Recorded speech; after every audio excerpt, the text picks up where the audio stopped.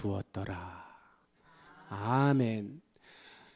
오늘 아버지는 그 말을 간직해 두었더라 라는 제목의 말씀으로 여러분과 은혜 나누기를 원합니다. 한 주간도 잘 지내셨습니까? 네. 또 대표로 말씀하셨군요. 예. 저도 이 목 상태가 안 좋아서 여러분께 기도 요청도 드리고 했었잖아요. 근데 역시 하나님께서 응답하시고 또 병원 치료도 병행을 해서 지금은 상태가 아주 좋아졌습니다. 이번 일을 겪으면서 제가 느낀 게 있습니다. 우리 예수 믿는 사람들 몸도 아껴야 합니다. 우리는 영의 사람들이라고 늘 성령 충만하여서 땅을 밟지 않고 걷는 사람처럼 해서는 안 됩니다. 우리는 육신을 입었습니다. 이 정신이 육신에 깃들어 있습니다. 이걸 의도적으로 분리하려 한 적이 우리 역사에서는 있었는데 요즘은 점점 더 이렇게 하나로 합치려는 그런 분위기가 더 강합니다. 우리의 몸은 주님의 성전이잖아요. 성령께서 거하시는 전이잖아요. 그러니 여러분 몸도 아껴야 합니다. 특별히 운동 꼭 하십시오. 제가 생각해 보니 이 오른쪽 발목, 이 수영을 하면서 이게 생각보다 발목이 굉장히 유연해졌었나 봐요. 이렇게 제 또래에 비해서는 이 발차기를 하면 그러니까 속도가 날 정도로 다른 사람들보다 유연해질 만큼 열심히 수영을 했는데 그런 상태에서 이 무거운 걸 들고 이렇게 많이 쓰다 보니까 이게 어떤 더 안 좋은 영향을 준 것 같아요. 그래서 지금 돌이켜 생각해 보면 미련스럽게 이렇게 하는 것보다는 차라리 그렇게 됐을 때 한 달 정도를 차라리 기부스를 한다든지 해서 딱 안 썼으면 더 빨리 나았을 텐데 그러지 못하는 바람에 운동은 운동대로 못하고 몸 관리가 소홀해지자 이처럼 어떤 바이러스가 침투하기가 좋더라고요. 운동 열심히 하시고 또 기도도 열심히 하셔서 우리 몸을 건강하게 영육이 다 건강하게 유지할 때 악한 것이 틈타지 못합니다. 저 자연의 바이러스들도 감히 침투하지 못합니다. 그러니 여러분 제가 한 경험을 여러분에게 말씀드리는 이유는 방심하지 말라는 뜻으로 그렇게 말씀드리는 겁니다. 늘 건강한 몸과 마음과 우리의 영적 상태를 유지해서 우리 하나님의 일 거뜬하게 감당해내는 그런 우리가 되길 소망합니다. 이제 드디어 요셉 이야기 왔습니다. 오늘 요셉 하면 꿈의 사람 하는데 여러분 혹시 요셉의 꿈은 좀 색다르죠. 남다르죠. 뭔가 일어날 일을 미리 얘기하는 것 같은 그걸 우리는 예지몽이라고도 하는데 혹시 여러분 가운데는 이런 예지몽을 꾸어보신 분이 계신가요? 하나님께서 특별히 어떤 일을 이루시려 할 때 이렇게 예지몽을 주시고는 합니다. 저도 돌이켜보면 정말 신비하게 그 당시에는 100% 확실하게 꿈을 해석하진 못했지만 지나고 보니까 이렇게 되려고 이렇게 미리 알려주셨구나 한 적은 여러 번 있었습니다. 이따가 이제 말씀을 풀어가면서 혹시 기회가 되면 여러분에게 잠깐 소개할 수도 있을 것 같습니다. 자, 오늘 시작하는 말씀 함께 큰 소리로 읽겠습니다. 시작.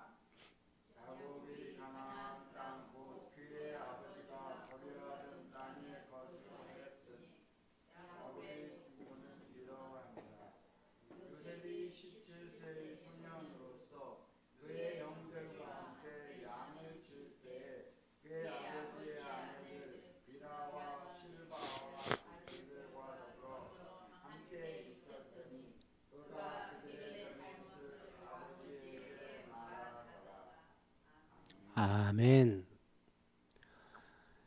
자, 야곱이 가나안 땅, 곧 그의 아버지가 거류하던 땅에 거주하였으니, 거류랑 거주랑 무슨 차이예요? 거류, 거주. 아유, 우리 김한진 집사님 늘 적극적으로 이렇게 말씀에 참여하시다 보니 참 정답을 많이 말씀하십니다. 맞습니다. 거류. 예전에 저희가 거류민 나그네, 물론 다른 단어지만 같은 뜻으로 쓰였다고 한 적이 있었잖아요. 그렇죠. 잠시 사는 아버지나 그 아버지의 아버지 조상들의 때는 나그네처럼 살았었죠. 근데 이제 야곱의 이야기를 할 때는 거주, 야샤브, 이 원어로도 달라요. 야샤브는 살다, 정착하다 이런 뜻이 있어요. 그러면 이제 야곱 때에 와서야 비로소 정말 정착해서 사는 것 같은 그런 분위기가 물씬 나는 그런 말씀입니다. 그 다음에 오늘 말씀은 야곱의 족보는 이러하니라. 창세기에는 저런 누구의 족보는 이러하다 하는 표현이 11개 쓰였다고 했잖아요. 요 전에 누구 족보가 나왔죠? 바로 직전에 지금 야곱의 족보고, 야곱 전에 야곱의 형. 항상 우리가 창세기에서 보면 가인이 먼저 나오고 뭐 아벨 나오고 이런 식으로 약간 자기 방식으로 자기 주도적으로 사는 사람들 족보를 앞에 대고 그 다음에 하나님만 바라보고 가는 하나님의 사람들 족보가 나오곤 하죠. 그래서 이번에도 누가 자기 힘으로 사는 자기 주도적으로 사는 에서의 족보가 먼저 소개되고, 그에게서도 이제 왕들이 나고 이렇게 소개한 다음에 이제 그 다음에 야곱의 족보를 이야기하는데, 야곱의 족보라고 해놓고 바로 요셉이 나옵니다. 여기서 이제 족보라고 해서 앞에 예서처럼 쭉 족보를 나열하는 게 아니고 어떤 아들들이 가족이 함께 할 때 있었던 일들을 이야기하는 형태로 그렇게 족보를 소개하고 있어요. 근데 누구의 이야기래요? 누구의 이야기? 야곱의 이야기래요. 야곱의 이야기. 실제로는 요셉 이야기가 저 끝에까지 아주 길게 이어지잖아요. 어떻게 보면 분량으로 칠 때 거의 손가락 안에 들 정도로 많은 분량을 차지하는 요셉 이야기인데, 요셉 이야기가 아니고 야곱의 이야기랍니다. 이런 이야기를 우리가 어떻게 듣기 좋아요? 내 이야기로 듣기가 참 좋죠. 한 신앙인이 우리가 쭉 살펴왔지만 할아버지 때에서 아버지 때, 또 나, 그리고 내 자녀, 아주 감정이입을 하기가 좋은 그런 본문이 이 창세기 족장 이야기들이에요. 어찌 되었든 야곱의 이야기다 하고 나서 먼저 요셉이 나와요. 요셉이 17세 소년이었다고 합니다. 그런데 그 요셉이 형들과 함께 양을 치는데 그 형들이 지금 누구래요? 빌하와 실바의 아들들. 그러면 사실 빌하나 실바는 부인이었지만 실제로는 누구였어요? 아내의 종들이었었죠. 종들의 아들하고 이렇게 묶여 있어요. 왜 이렇게 묶어놨을까? 좀 의도가 있었나 하고 한번 읽어볼 수가 있죠. 그런데 자, 빌하에게서 단과 납달리가 났고 실바에게서 갓과 아셀이 났는데 요 형들하고 이제 양을 치러 간 거예요. 근데 요셉이 그 형들하고 양칠 때 있었던 일을 아버지한테 말했대요. 우리 요셉 하면 어떤 이미지로 다가와요, 여러분? 너무 성경에서 멋있게 다루어 주잖아요. 그죠? 참 크게 쓰임 받는 사람으로 다루어 주는데 문제는 그만큼 고난도 엄청나게 있었죠. 근데 처음부터 그랬나요?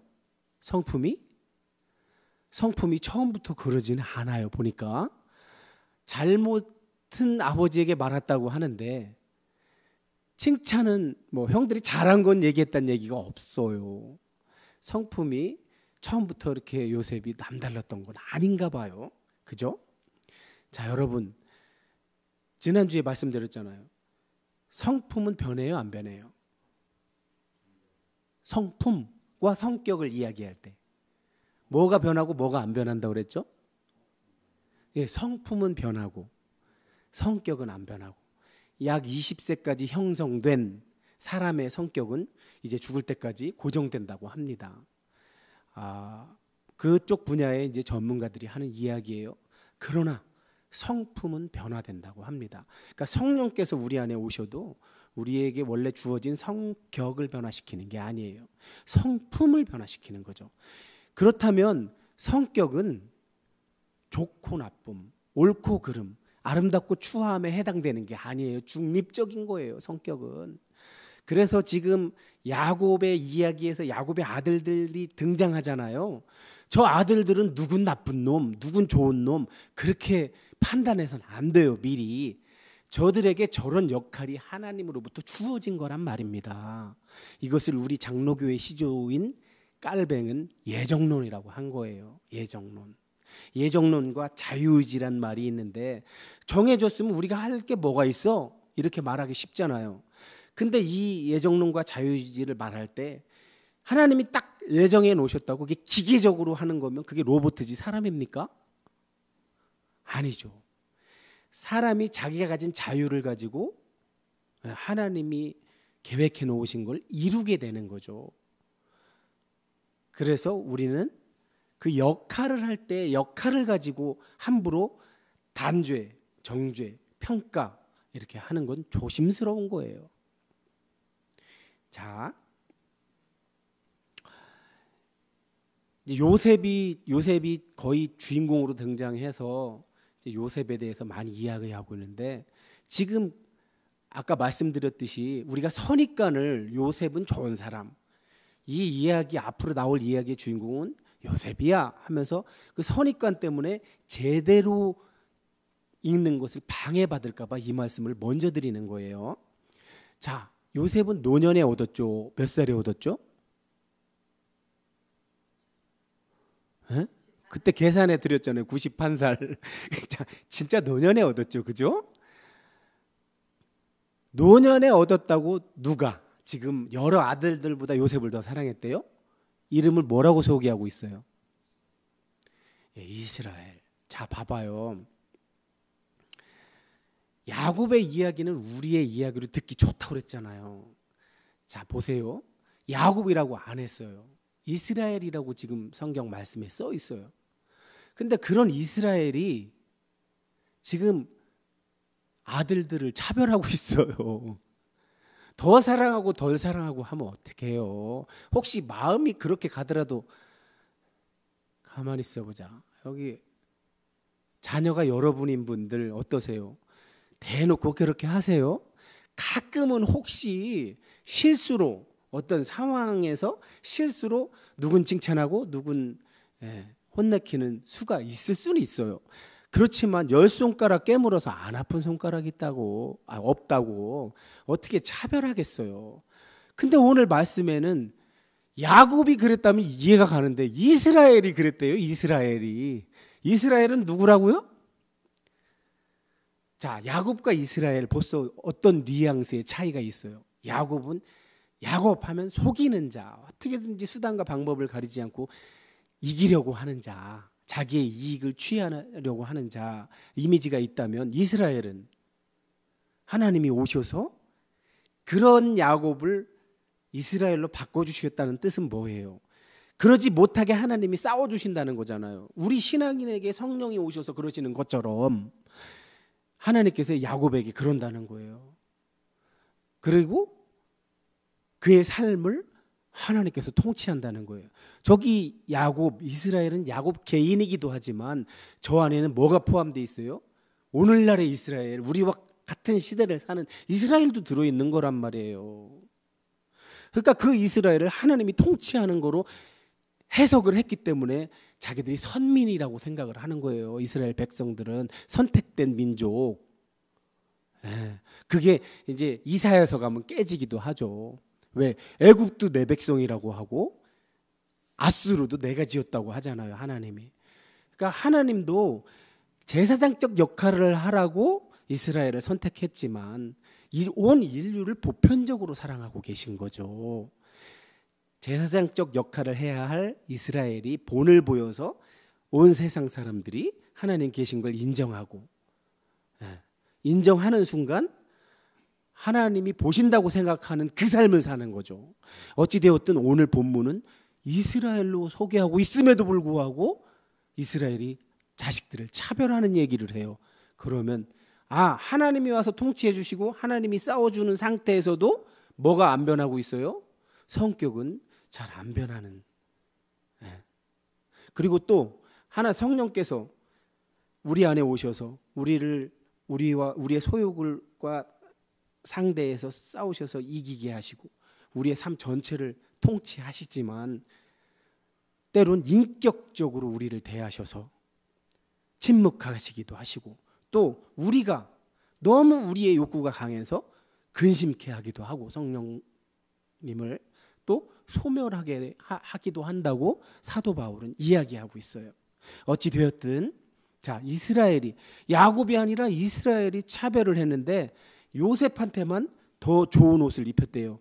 채색 옷 하면 약간 문맥하고는 조금 채색 옷. 저거는 긴 옷, 장식이 달린 긴 옷 이렇게 보면 됩니다.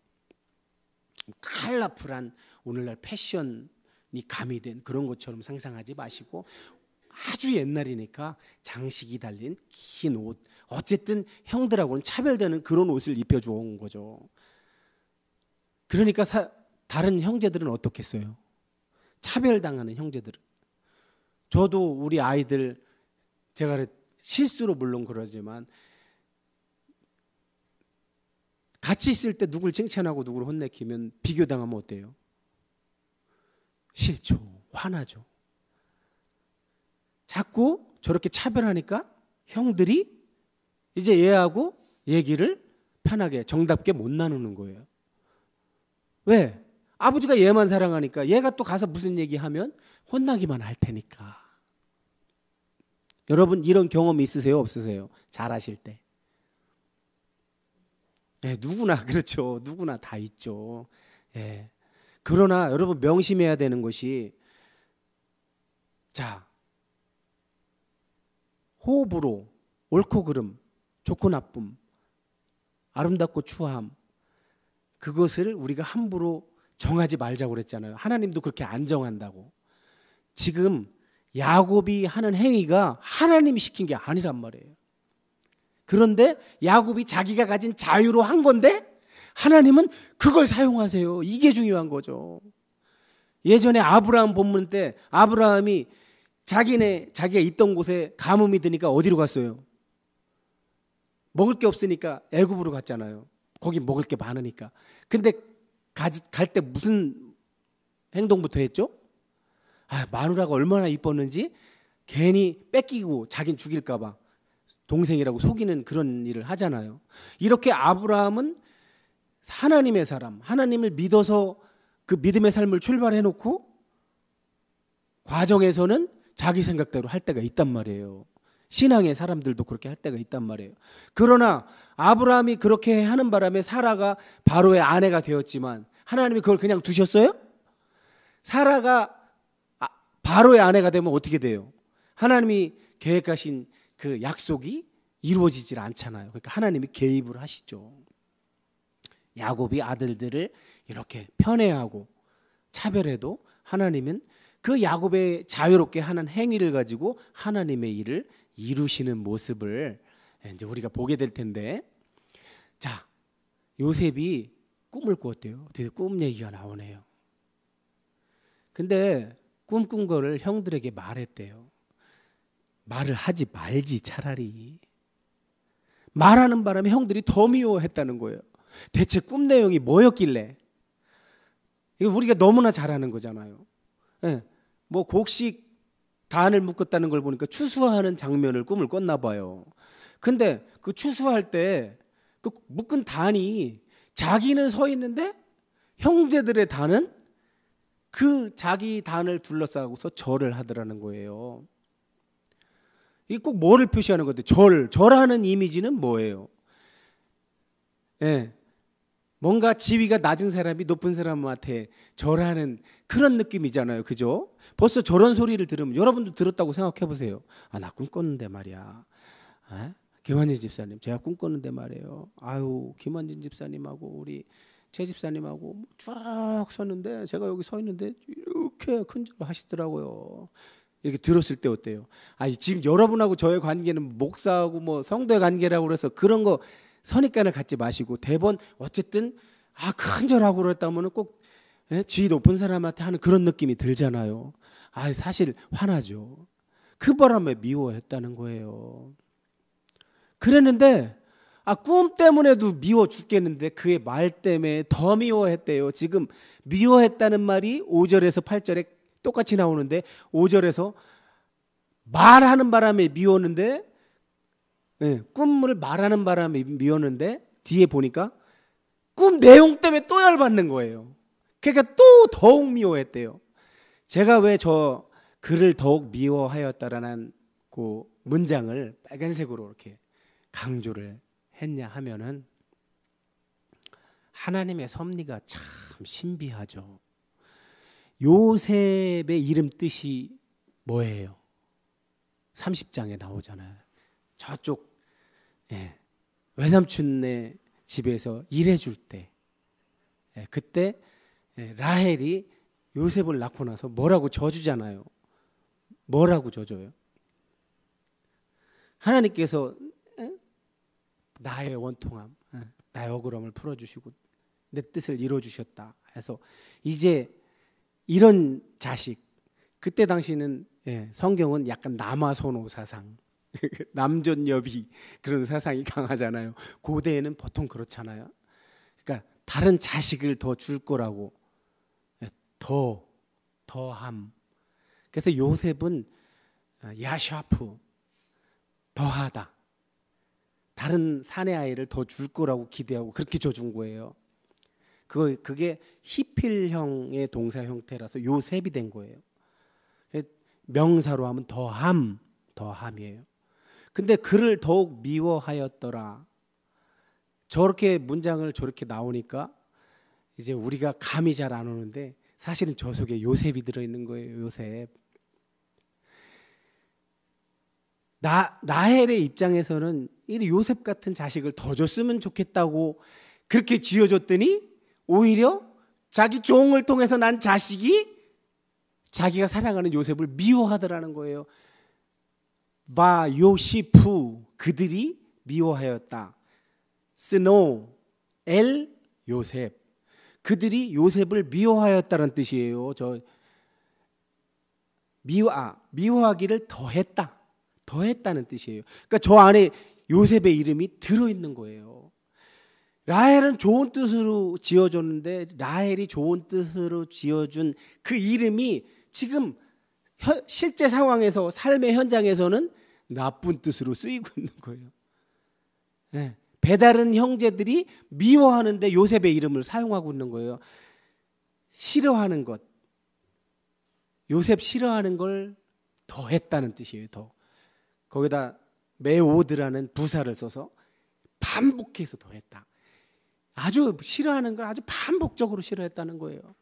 그 의미를 요셉의 이름을 갖다 넣어서 저렇게 쓴 거예요. 그래서 이렇게 이게 이제 어떻게 보면 외국어를 번역했을 때 한계예요. 그 원문으로 봤을 땐 이렇게 다가가면 훨씬 의미가 풍성해지고 뭐랄까 이해가 더 잘 되면서 재미도 있겠죠. 읽는 재미도 있겠죠. 자, 괜히 요셉은 우리가 요셉하면 늘 선입관을 가지는 그런 게 있잖아요.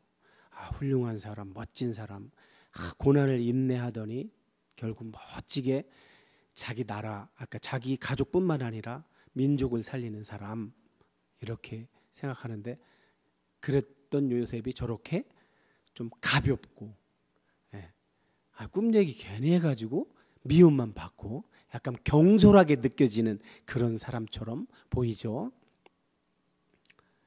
자, 그냥 거기까지만 하지. 또 꿈을 꿨대요, 세상에. 이번엔 어떤 꿈이에요? 이제 형제들만 절한 게 아니에요. 누구까지? 저기 해와 달이 나와요. 해, 달은 누구 같아요? 딱 봤을 때 11별은 당연히 요셉의 형제들이겠죠. 11명의 형제들. 해, 달은 누구 같아요? 그죠? 그러니까 해, 달, 11별 하면 이제 저때 고대인들은 표현할 만한 어떤 다른 어떤 수단이 없을 때 이제 이해하기 좋게 이렇게 저런 자연을 사용하곤 하죠. 해, 달, 11별. 이야, 부모님과 형제들이 모두 저랬대요. 그래서 또 그걸 또 얘기했대요. 그랬더니 이번에는 아버지까지 꾸짖었대요. 아버지 야곱도 꾸짖었대요. 야, 정말 나와 너희 엄마까지도 정말 너한테 절하겠냐? 자, 여러분, 이 일은 어디서 이루어졌어요? 절했어요, 안 했어요, 진짜? 언제 했어요?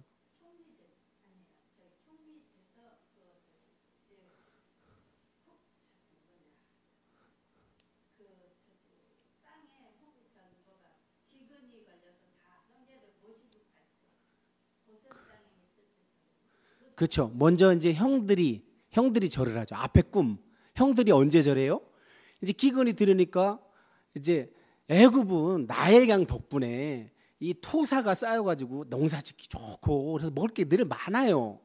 그러니까 또 애굽으로 곡식 사러 형제들이 간 거죠. 형제들이 가서 이제 총리가 돼 있으니까 절을 하잖아요. 진짜로 42장에서. 그러고 나서 또 언제 또 절해요? 베냐민 붙잡히는 바람에 또 가서 또 형제들이 절하고. 실제 저렇게 되죠. 진짜로. 거짓말하지 않죠. 자, 근데 아버지만은 형들은 시기를 했대요. 괜히 꿈 얘기해가지고 잘난 척하는 것처럼 보이잖아요. 네가 그렇게 잘났어? 그러지 않아도 아버지가 편해서 미워 죽겠는데 네가 정말 그렇게 잘났단 말이야? 이렇게 질투하고 시기하는데 반해서 아버지는 어떻게 했대요? 간직해뒀대요. 자, 여기서 여러분에게 이제 이런 구약에 있는 이런 표현들을 신약에서 그대로 갖다 쓰는 사람이 있어요. 한번 이런 누굴까요? 어떤 지금 꿈을 통해서 고지를 받는 거잖아요. 앞으로 있을 일을. 근데 이제 신약에 오면 또 꿈을 통해서도 하지만 또 뭐를 통해서도 해요? 천사를 통해서도 하고 어떤 일이 있을 것을 딱 들었을 때 그거를 이렇게 다른 태도로 받는 거를 요 표현을 쓰잖아요. 자, 마리아는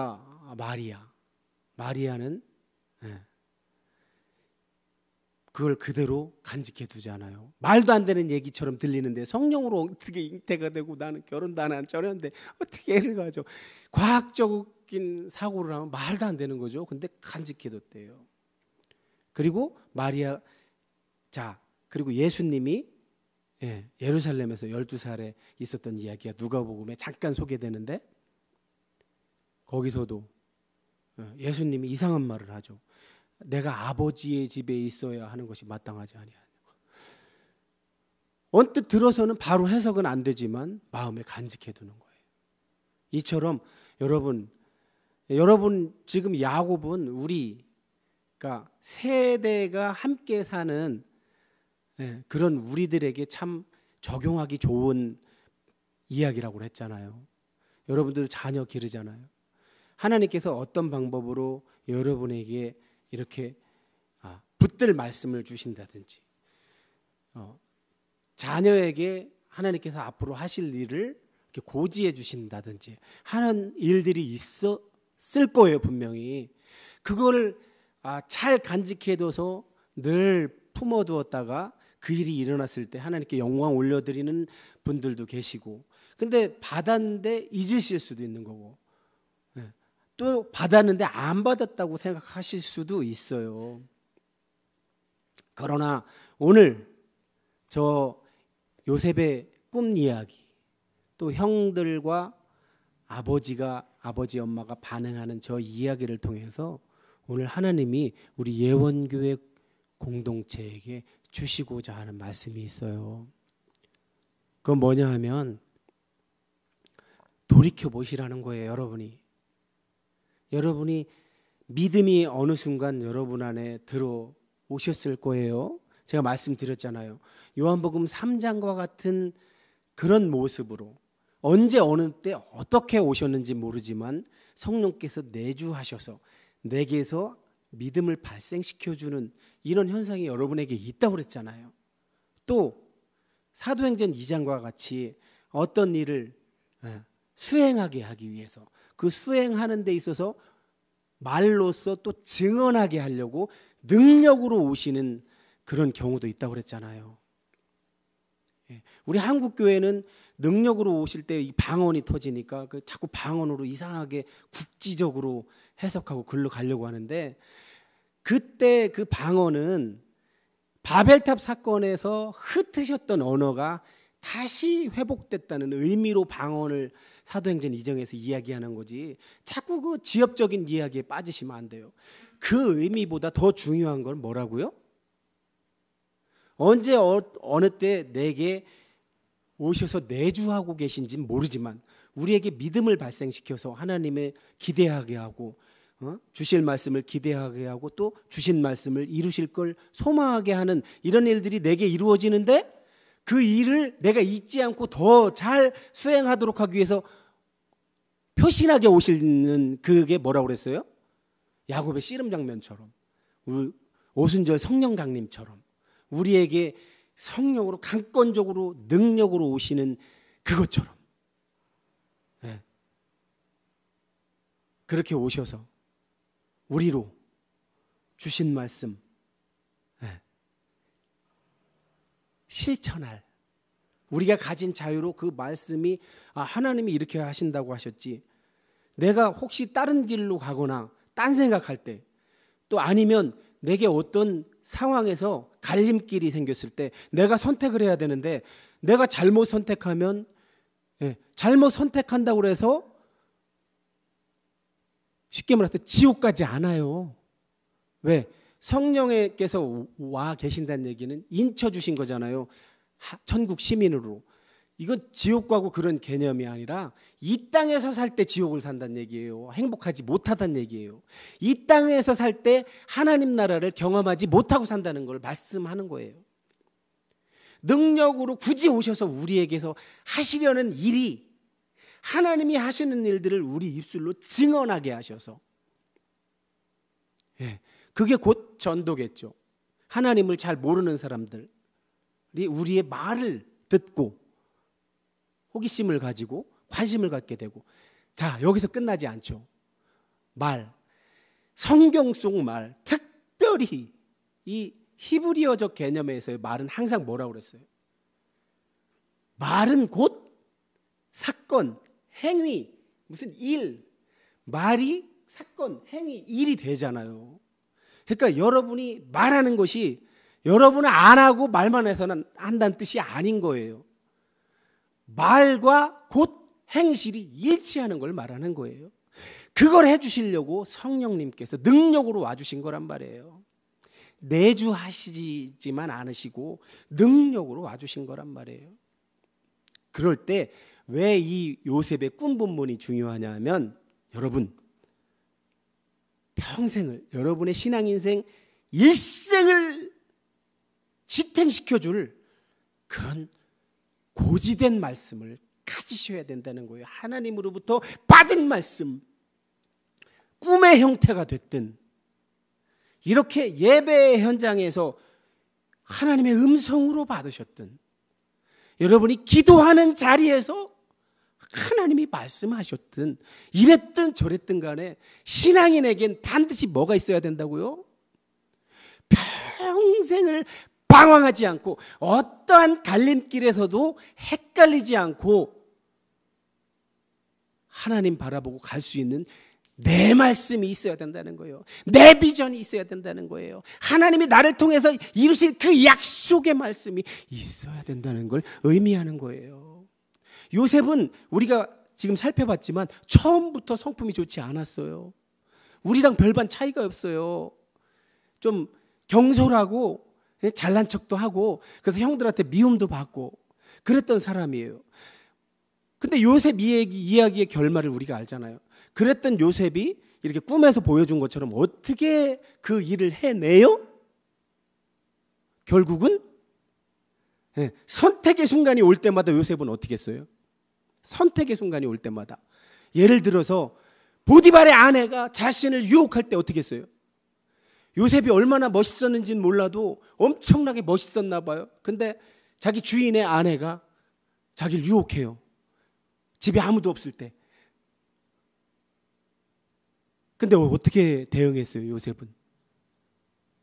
요셉은 자기가 평생 붙들 이 말씀이 있었잖아요.